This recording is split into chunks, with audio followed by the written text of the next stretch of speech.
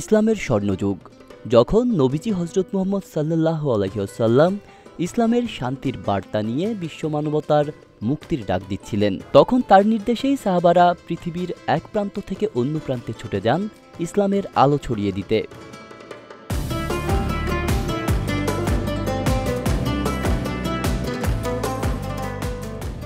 ইতিহাসবিদদের ধারণা অনুযায়ী নবীজির জীবনদশায় বাংলার মাটিতে ইসলামের প্রথম আগমন ঘটে। নবীজির চাচাতো মামা হজরত আবু ওয়াক্কাস মালিক বিন ওয়াহিব রাদিয়াল্লাহু তাআলা আনহু সহ আরও ৩ জন সাহাবী আরব উপদ্বীপ থেকে সমুদ্রপথে এসে চট্টগ্রাম, কক্সবাজার এবং আরাকান অঞ্চলে ইসলাম প্রচার করেন।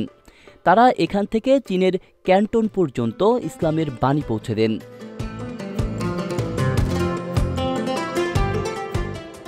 আজও চীনের ক্যান্টন শহরে হজরত আবু ওয়াক্কাস রাদিয়াল্লাহু তাআলা আনহু এর নির্মিত একটি মসজিদ ও তার কবর বিদ্যমান, যা ইসলামের প্রাচীন ইতিহাসের এক জীবন্ত সাক্ষী।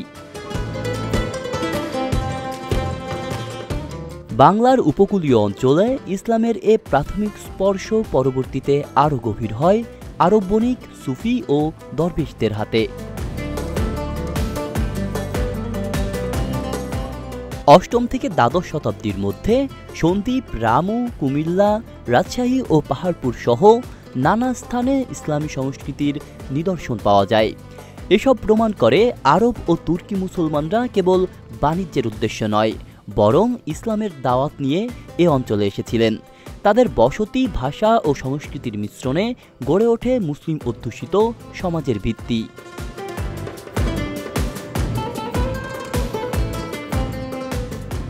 এদিকে ভারত উপমহাদেশ থেকেও কিছু সাহাবা ও মুবাল্লিগ ইসলাম প্রচারে অবদান রাখেন। ইতিহাসে জানা যায়, বাবা রতন আল হিন্দ নামে এক ব্যক্তি মদিনায় গিয়ে নবীজির হাতে ইসলাম গ্রহণ করেন এবং সাহাবা হওয়ার মর্যাদা অর্জন করেন।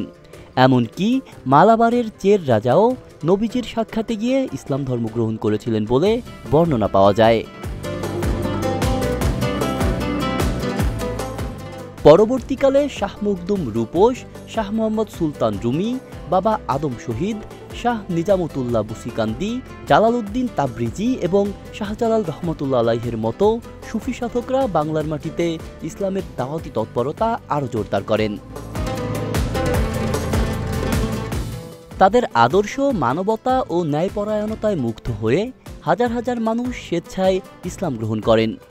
বিশেষ করে শাহজালাল রহমতুল্লাহ আলাইহি ১৩০৩ খ্রিস্টাব্দে ৩৬০ সঙ্গীসহ সিলেটে আগমন করে অত্যাচারী রাজা গৌরগোবিন্দকে পরাজিত করেন এবং ইসলামের শান্তির পতাকা উড্ডীন করেন।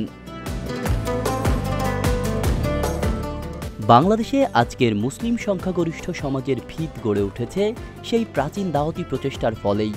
সাহাবা থেকে সুফি সবার সম্মিলিত প্রচেষ্টায় ইসলামের শান্তির বার্তা ছড়িয়ে পড়ে বাংলার প্রতিটি কোণে, যা আজও আমাদের ধর্মীয়, সাংস্কৃতিক ও ঐতিহাসিক ঐতিহ্যের এক গৌরবোজ্জ্বল অধ্যায়।